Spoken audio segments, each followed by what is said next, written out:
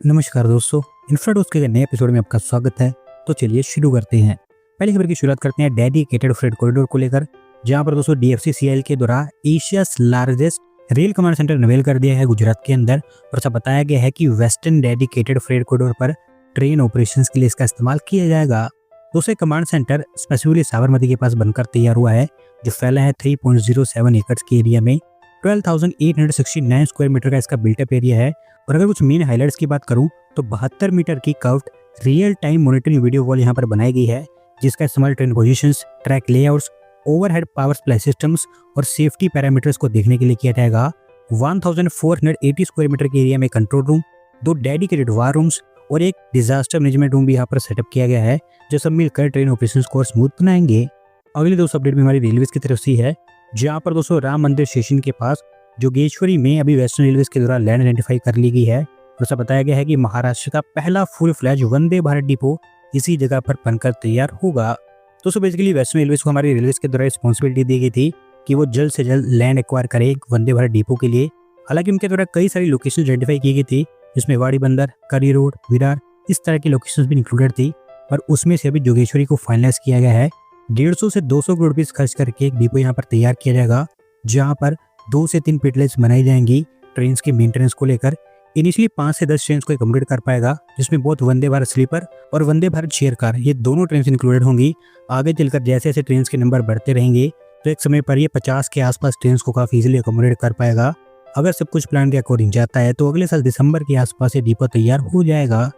अब ये दोस्तों अपडेट बेंगलुरु मेट्रो से है, जहाँ पर दोस्तों फाइनली बेंगलुरु मेट्रो की येलो लाइन को हमारे प्राइम मिनिस्टर के द्वारा इनॉग्रेट कर दिया गया है और अब बेंगलोर के लोग इसका इस्तेमाल कर सकते हैं। दोस्तों इस मेट्रो लाइन के बारे में मैं आपको पहले भी कई बार बता चुका हूँ कि काफी लंबे समय से डिलेड चल रही है, जहाँ पर मेन रीजन इसका रोलिंग स्टॉक था, क्योंकि उसी के चलते ऑलमोस्ट 2 से 2.5 गुना लेट चल रही है। लेकिन अब क्योंकि सभी इश्यूज यहाँ पर रिसॉल्व हो गए थे, तो इसी कारण अब इसको ओपन किया गया है। 18.82 किलोमीटर की मेट्रो लाइन है आरवी रोड से बसंतरा तक, और पूरी की पूरी मेट्रो लाइन यहाँ पर ओपन कर दी गई है। ग्रीन, पिंक और ब्लू तीनों लाइन से इसको कनेक्ट भी किया गया है इंटरसिटी बनाकर। और दोस्तों इसके अलावा हमारे प्राइम मिनिस्टर के द्वारा बेंगलुरु मेट्रो के तीसरे फेज के लिए भी यहाँ पर फाउंडेशन रखने का काम किया गया है, जहाँ पर 2 नई मेट्रो लाइन्स बनकर तैयार होंगी। एक जेपी नगर से कैंपपुरा तक 32 किलोमीटर की, जबकि दूसरी हुसहल्ली से कदबगरे तक 12 किलोमीटर की, और 15,610 करोड़ रुपीज इनके ऊपर भी खर्च किए जाएंगे। अगली दोस्तों सिमिलर से अपडेट पुणे से है, जहाँ पर दोस्तों पुणे मेट्रोपॉलिटन रीजन के लिए कॉम्प्रीहेंसिव मोबिलिटी प्लान की कुछ डिटेल्स हमारे सामने रखी गई है। और ऐसा बताया गया है कि अगले 30 सालों को ध्यान में रखते हुए इस प्लान को तैयार किया जा रहा है। दोस्तों यहाँ पर जो डिटेल्स सामने निकल कर आई हैं, उसमें बताया गया है कि 312 किलोमीटर का मेट्रो और मेट्रो लाइट कॉरिडोर पुणे के अंदर बनाया जाएगा। इसके साथ साथ 552 किलोमीटर के मिसिंग लिंक्स PMC और PCMC एरिया में, 438 किलोमीटर की रोड वाइडनिंग, 4000 बसेस की फ्लीट, 80.5 किलोमीटर की BRTS कॉरिडोर, 46.3 किलोमीटर के हाई फ्रीक्वेंसी बस कॉरिडोर्स, इसके अलावा footpath, cycle tracks, logistic hubs, truck terminals, इस तरह की अलग अलग फैसिलिटीज यहाँ पर बनकर तैयार होंगी। कुल मिलाकर 1.33 लाख करोड़ रुपये इसका खर्च आएगा इस पूरे प्लान के ऊपर अगले 30 सालों तक। और ओवरऑल इस पूरे प्रोग्राम को 3 फेजेज में इंप्लीमेंट किया जाएगा। अगली दोस्तों अपडेट फिर से हमारी रेलवे की तरफ से है, जहाँ पर दोस्तों लंबे समय के गैप के बाद अब लगातार हमारे देश के अंदर नई वंदे भारत ट्रेन हमें देखने को मिल रही हैं। और अभी हमारे प्राइम मिनिस्टर के द्वारा 3 और नई वंदे भारत ट्रेन को फ्लैग ऑफ किया गया है। दोस्तों पिछले साल सितंबर के आसपास आखिरी वंदे भारत ट्रेन को फ्लैग ऑफ किया गया था। उसके बाद ऑलमोस्ट 8 से 10 महीने तक कोई Vande Bharat train flag of की ही नहीं गई। लेकिन इस साल मई से दोबारा से स्टार्टिंग हो गई थी, फिर जून में ट्रेन को इंट्रोड्यूस किया गया, और अब अगस्त में एक साथ 3 ट्रेन को यहाँ पर इंट्रोड्यूस किया जा रहा है।